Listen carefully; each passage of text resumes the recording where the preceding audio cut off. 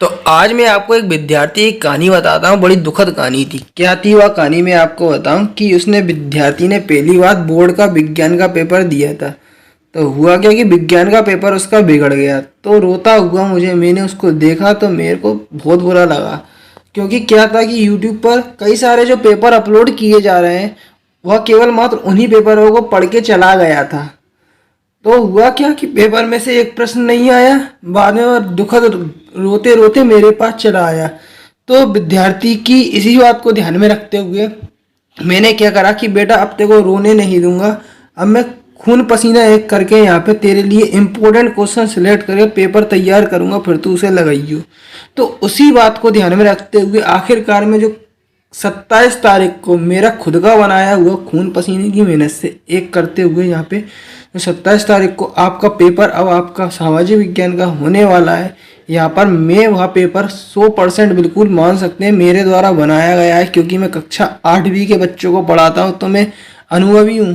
क्योंकि मैं कक्षा 8वीं के बच्चों को पढ़ाता हूँ तो मुझे पता है कि कौन से प्रश्न से पेपर बनना है, कौन से प्रश्नों से अब आपका पेपर आने वाला है। तो इसी तर्ज पर मैंने यह कक्षा 8वीं का पेपर खुद से सामाजिक विज्ञान का बनाया है। मैं इस बात की गारंटी ले रहा हूँ कि अगर 60 में से अगर आप पास लायक अंक नहीं ला पाएंगे तो यहाँ पर आप मेरे चैनल को अनसब्सक्राइब कर देना, अनफॉलो कर देना। परंतु इस पेपर को एक बार अगर आपने कुछ भी नहीं पढ़ा इसको लगा लेंगे तो मैं पास की तो यहाँ पे गारंटी आपकी 100% यहाँ पे ले रहा हूँ। तो यहाँ पर सबसे पहले मैं आपको देखो मैंने निर्देश वगैरह कुछ इस तरह से बनाए थे। पेपर जो मैंने क्रिएट करा था यहाँ पर कुछ इस तरह से क्रिएट करा था। यहाँ पर सबसे पहले तो 1 से लेकर 10 तक आपको नॉर्मल सी बात है वस्तुनिष्ठ प्रश्न देखने को मिलेंगे। 11 से लेकर 24 तक आपको पाठ्य पुस्तक के प्रश्न देखने को मिलेंगे। ठीक है, टोटल 24 प्रश्न आएंगे। तो यहाँ पर जो पहला प्रश्न है आपको मैं बताना चाहूंगा क्या है कि निम्नलिखित में से कौन सी व्यापारिक कंपनी भारत नहीं आई थी।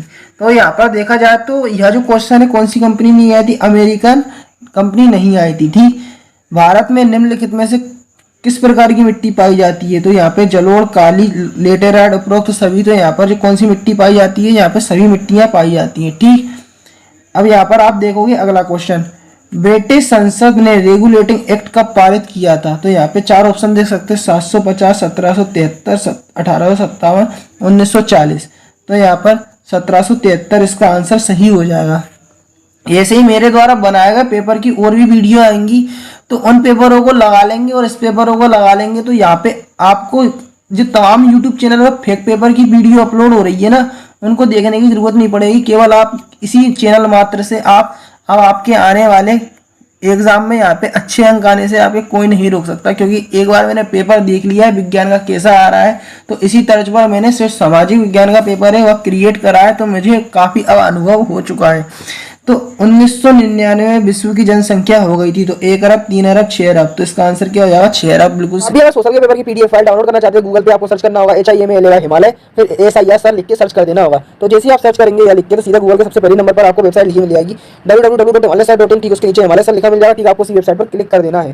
तो मैं आपको बताता हूँ क्लिक कैसे करना है, तरीके से आप जरा देखें। तो जैसे मैंने यहाँ पे क्लिक कर दिया है तो देख सकते हैं वेबसाइट ऐसी अपनी लोड होने लग जाएगी। तो आपको बच्चों आराम से सब काम करना है, जल्दबाजी से आप काम करेंगे तो पीडीएफ फाइल किसी भी हालत में डाउनलोड नहीं कर पाएंगे। तो सबसे पहले आपको करना क्या होगा, यहाँ पे आपको नीचे आना होगा, नीचे आना होगा। तो थोड़ा नीचे आएंगे तो यहाँ पे आपको लिखा मिलेगा क्लास 8 सोशल वार्षिक पेपर 2023 MP बोर्ड। तो ठीक, आपको इसी पर क्लिक कर देना है। तो जैसे ही आप यहाँ पर क्लिक करेंगे तो आपको एक 8 दिखेगा तो उस पर क्रॉस कर देना है।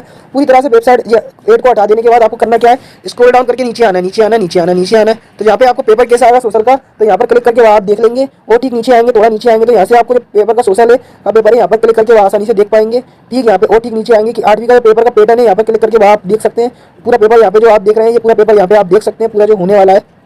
और ठीक थोड़ा नीचे आएंगे तो यहाँ से आप जो पेपर की पीडीएफ फाइल है जो अभी आपने देखी, यहाँ पर क्लिक करके उसे सीधा डाउनलोड कर लेंगे। सही हो जाएगा। ठीक, निम्नलिखित में से कौन सा कारक मृदा निर्माण का नहीं है। तो समय, मृदा का गठन, जैव पदार्थों, मृदा का गठन। इसका आंसर बिल्कुल करेक्ट होगा। सिलिकॉन घाटी अवस्थित है तो मोस्ट इंपोर्टेंट है, इसके आने की तो 100% संभावना है कि पूरा रखा ही मिलेगा ये वाला क्वेश्चन। तो बेंगलोर में, कैलिफोर्निया में, अहमदाबाद में, कैलिफोर्निया। इसका आंसर बिल्कुल करेक्ट हो जाएगा। ईस्ट इंडिया कंपनी की स्थापना कहाँ हुई थी। तो पेरिस, रोम, लंदन, इनमें से कोई नहीं। तो लंदन इसका करेक्ट आंसर हो जाएगा। निम्नलिखित में से किस वर्ष व्यक्ति को वोट डालने का अधिकार होता है। तो यही क्वेश्चन पॉलिटिक्स से आता होगा। विद्यार्थियों के मन में एक सवाल आ रहा होगा कि सर पॉलिटिक्स से तो एक भी क्वेश्चन है नहीं जो 4 ऑप्शन वाला। तो जो पॉलिटिक्स से मैंने खुद से एक क्रिएट करा है प्रश्न, जो पॉलिटिक्स से हमेशा आता ही है, क्या कि किस वर्ष विद्यार्थियों को, किस व्यक्ति को किस वर्ष से वोट डालने का अधिकार होता है। तो ये याद रखना कि 18 साल का हो जाता है तभी वो व्यक्ति वोट डाल पाता है। अब देखो, ये भी आपको पॉलिटिक्स में नहीं मिलेगा यह क्वेश्चन कि 14 साल से कम वर्ष के बच्चों को काम कराना क्या कहलाता है। तो बाल श्रम, बाल विरम, बाल मजदूरी, निम्न में से कोई नहीं। तो यह क्वेश्चन क्या है, इसका आंसर क्या हो जाएगा, बाल श्रम अपना हो जाएगा। अब आगे बढ़ते हैं। तो यहाँ पर निम्नलिखित में से कौन सा मानव निर्मित संसाधन है।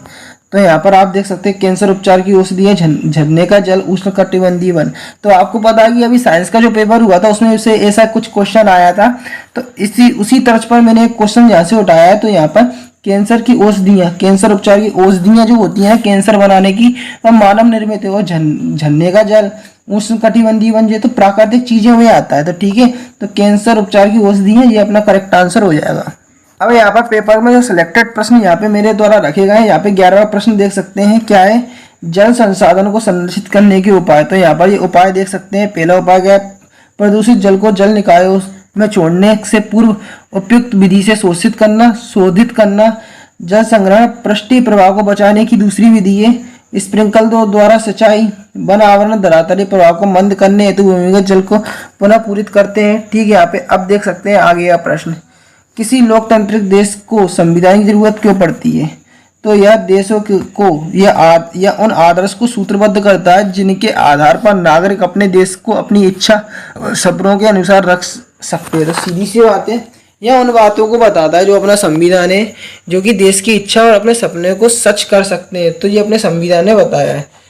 यह ऐसे नियम निश्चित करता है, भारत का संविधान है वो ऐसी चीजें निश्चित करता है जिसके द्वारा शासकों के हाथों से सत्ता का दुरुपयोग ना हो सके। मतलब कोई व्यक्ति गलत काम कर रहा है तो उस पर मतलब रोक लगाना, ये गलत चीज है।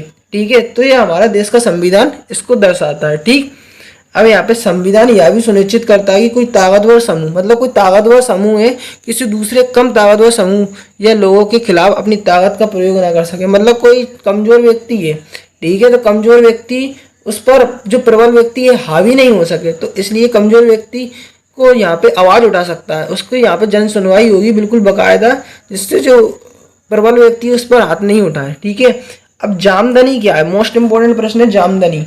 तो जामदनी यह एक ऐसा बारीक मलमल होता है जिससे करघे की सजावट चिन्ह बुने होते हैं। ठीक, यह रंग प्राय स्लेटी और सफेद होता है। आमतौर पर सूती और सोने के धागों का प्रयोग किया जाता है। बंगाल के ढाका संयुक्त प्रांत में लखनऊ जामदनी बुनाई के सबसे महत्वपूर्ण केंद्र थे। अब यहाँ पर देख सकते हैं अगला प्रश्न, पृथ्वी पर संसाधन असमान रूप से क्यों वितरित है।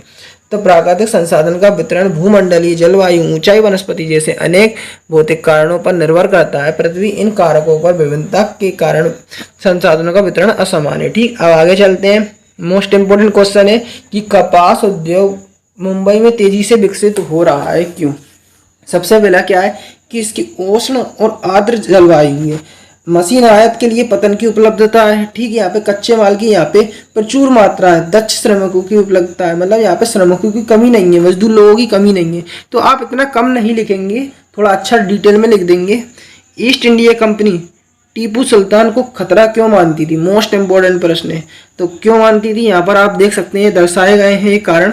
तो पढ़ूंगा तो वीडियो काफी लंबा हो जाएगा। अब जल संरक्षण के 3 आपको तरीके बताना है। तो यहाँ पे वृक्षारोपण, रिसाव, वाष्पीकरण रोकना, वर्षा जल संग्रहण। अब गांधी जी के नमक कानून तोड़ने का फैसला क्यों लिया। तो यहाँ पर उस समय नमक के उत्पादन व बिक्री पर सरकार का एकाधिकरण था। ठीक, महात्मा गांधी और अन्य राष्ट्रवादियों के अनुसार नमक पर टैक्स वसूलना पाप है क्योंकि यह हमारे भोजन का अभिन्न अंग है। ठीक, यहाँ पे और भी देख सकते हैं। अब नेपाल की जनता एक नया संविधान क्यों चाहती है। यहाँ पे ऐसे ही क्वेश्चन है, चुनिंदा प्रश्न रखे, मैंने ऐसे ही उठा के नहीं रखे, पेपर के मेरे खुद द्वारा आए, मेरे को एक्सपीरियंस है, तो मैंने इसीलिए काफी चुनिंदा प्रश्न रखे हैं। ठीक, नेपाल की जनता इतना ज्यादा इंपॉर्टेंट है, बहुत ज्यादा, कि 1990 में बने नेपाल के संविधान के अनुसार नेपाल में राजतंत्र की स्थापना की गई है। नेपाल के लोग नेपाल की लोकतंत्र की स्थापना करना चाहते हैं, इसलिए नया संविधान चाहते हैं। अब मोस्ट इंपोर्टेंट क्वेश्चन है, स्थानांतरित कृषि क्या है, कृषि की हानियां क्या है। तो स्थानांतरित कृषि क्या होते हैं, मैं आपको समझाता हूँ। स्थानांतरित कृषि में वृक्षों को काटकर जलाकर भूखंड को साफ किया जाता है। मतलब ये ऐसे कृषि होती है कि वृक्षों को काट देते हैं और जलाकर भूखंड और जल भरा रहता है उसको साफ कर देते हैं। जब राख को मृदा में मिलाया जाता है तो फसलों को उगाया जाता है। भूमि की उर्वरकता की समाप्ति के बाद भूमि छोड़ दी जाती है। कृषक एक नए भूखंड चलाया जाता है, इसलिए इसे कर्तन और ढेन कृषि भी कहा जाता है। इससे मृदा का अपरदन होता है, वनों का ह्रास होता है, पर्यावरण प्रभावित होता है। ठीक, अब मीरा बहन क्या कौन थी, उनके जीवन और आदर्शों के बारे में आपको पता लगाना है। तो ये देख सकते हैं यहाँ पे ये दिया है पूरा, तो यहाँ पर आप इसको ठीक तरह से तैयार कर लें। अब बिरसा की कल्पना में स्वर्ण युग किस तरह था, अपनी राय में यह कल्पना लोगों को इतना आकर्षित क्यों लगी थी, ये आपको बताना है। इतना ज़्यादा इंपॉर्टेंट क्वेश्चन है ये वाला, इसे आप भूलकर भी ना छोड़ें, इसे अच्छी तरह से तैयार कर लें। ठीक, लोहा इस्पात उद्योग को आधारभूत उद्योग क्यों कहा जाता है, कोई 5 कारण बताना है। तो यहाँ पे ऐसा भी आ सकता है कि कौन सा उद्योग आधारभूत उद्योग कहा जाता है। ठीक, उसके आपको कारण बताना है।